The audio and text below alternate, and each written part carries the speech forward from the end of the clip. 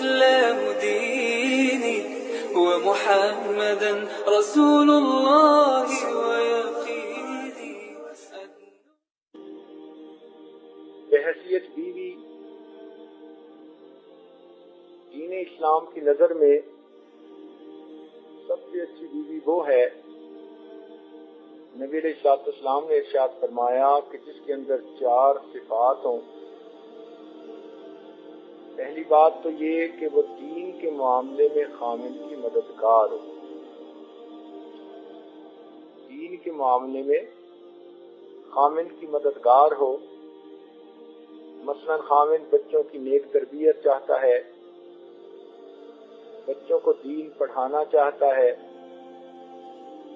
دین کی کوئی بھی نیت بندے کے اندر ہے تو یہ بیوی اس کی وزیر، اس کی مشیر بن کے کام کرے. گائیڈ لائنز خامن کی ہوں گی اور یہ عورت اس کی معاون بن کے کام کرے گی. دوسری صفت نبی علیہ السلام نے فرمایا کہ بیوی ایسی ہو کہ اس کو دیکھو تو دیکھنے سے دل خوش ہو جائے. ذہن میں رکھنا کہ خوبصورت بیوی کو دیکھنے سے آنکھیں خوش ہوتی ہیں اور خوبصورت بیوی کو دیکھنے سے دل خوش ہوتا ہے. اس لیے کتنے لوگ ایسے ہیں کہ جن کی بیویاں رشک کمر ہیں، چاند جیسی خوبصورت ہوتی ہیں، مگر ضد بازی ہوتی ہے اور خامن کے ساتھ ہر وقت جھگڑا فساد کرتی ہیں تو خامن ان کی شکل دیکھنا پسند نہیں کرتا.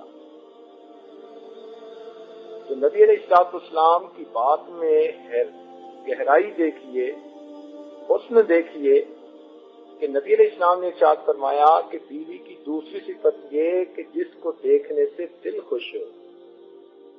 واقعی جو خدمت زیادہ کرے، جو وفادار زیادہ ہو، جو بات مانے، جس میں نیکی زیادہ ہو، اس چہرے پر نظر پڑے تو انسان کا دل خوش ہوتا ہے.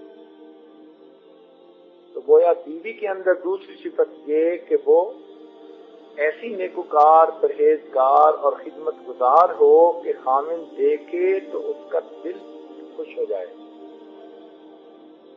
تیسری بات نبی علیہ السلام نے فرمایا کہ نیک بیوی میں یہ صفت ہونی چاہیے کہ وہ اپنے میاں کی بات مانتی ہو.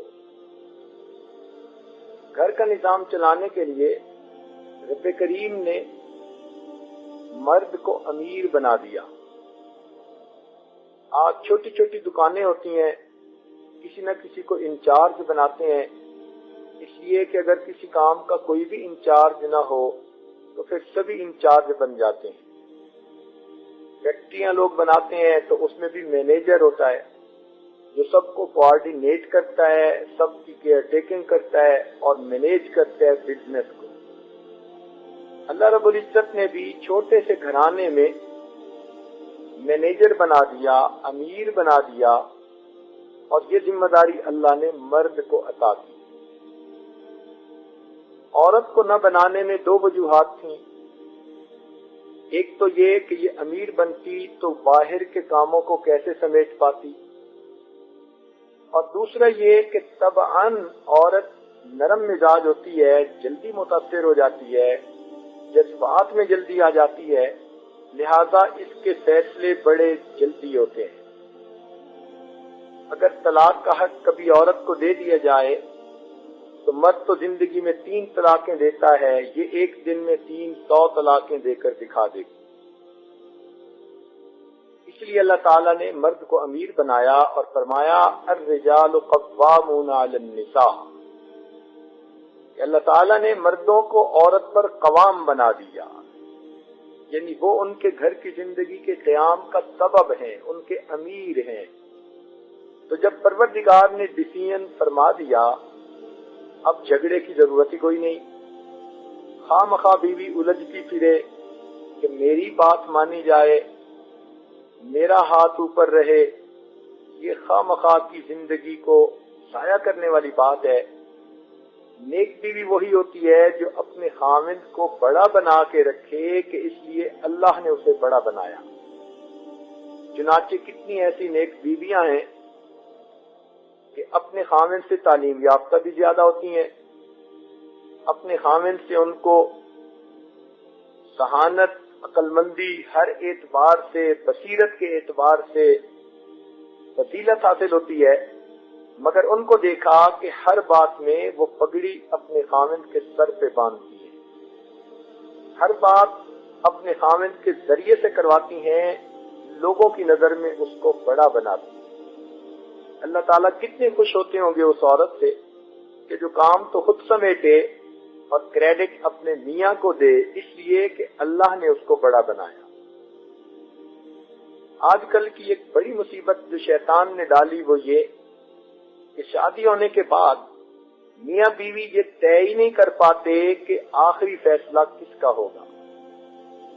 شریعت کا حکم ہے کہ اگر کسی جماعت میں کوئی امیر ہو تو اللہ تعالیٰ کی مدد امیر کے ساتھ ہوتی ہے، امیر جو بھی فیصلہ کر دے گا اللہ تعالیٰ کی مدد ساتھ ہوگی۔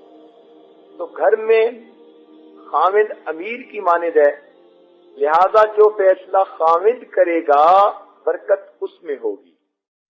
ممکن ہے بیوی اپنی تعلیم کی وجہ سے، اپنی عقل مندی کی وجہ سے کوئی اور مشورہ لے کر آئے جو ظاہر میں اچھا نظر آتا ہو، مگر اس بات کو بیوی نے منوا بھی لیا زبردستی تو اس میں برکت نہیں ہوگی جب تک خاوند کا اپنا بھی ڈیسیژن وہی نہ ہو۔ اس لیے بیوی کو چاہیے کہ جو کام بھی کرنا چاہتی ہے اپنے خاوند کو پیش کرے اور اس کو اپنے ساتھ ملائے، کانفیڈنس میں لے، اس کے دل کو خوش کر کے اس سے وہ فیصلہ کروائے تاکہ اس فیصلے کے اندر برکت ہو جائے۔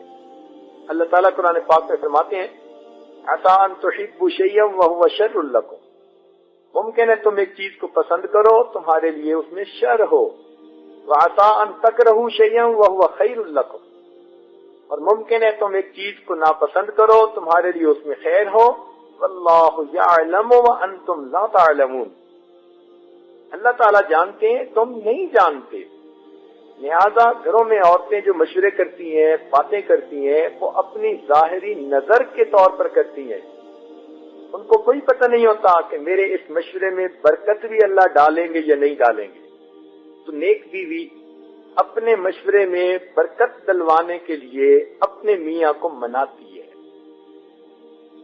اور میاں کو منا لینا نیک بیویوں کے لیے بہت آسان ہوتا ہے۔ اگر ایک بندہ ایک وقت میں نہ بھی کہتا ہے کسی بات پر تو جب وہ بیوی سے خوش ہوتا ہے تو وہ 2 دفعہ ہاں کرے گا۔ تو اس لیے ذرا خاوند کی طبیعت کو سمجھنا اور موقع مناسب کے محل بات کرنا یہ اچھی عادت ہے۔ موقع محل کے مناسب کی گئی بات سونے کی ڈلیوں کی مانند ہوتی ہے۔ چنانچہ نیک بیوی کی تیسری صفت یہ بتائی گئی کہ وہ اپنے خاوند کی بات ماننے والی ہو، اس کے اندر مان کے چلنے کا جذبہ ہو، اور وہ یہی سمجھے کہ میرے پروردگار کا حکم ہے، میں مان کے چلوں گی تو اس میں میرے لیے برکت ہوگی۔ چوتھی صفت یہ بتائی کہ نیک بیوی کی چوتھی صفت یہ کہ وہ اپنی عزت و ناموس کی حفاظت کرنے والی ہو۔ اس عنوان پر تو کئی دنوں سے گفتگو ہو رہی ہے کہ جیسے مردوں کا جہاد میدان جنگ میں جا کر ہوتا ہے، عورت کا جہاد گھر میں رہ کے ہوتا ہے اپنی عزت و ناموس کی حفاظت کے معاملے میں۔ تو 4 علامتیں نیک بیوی کی بتائی گئیں۔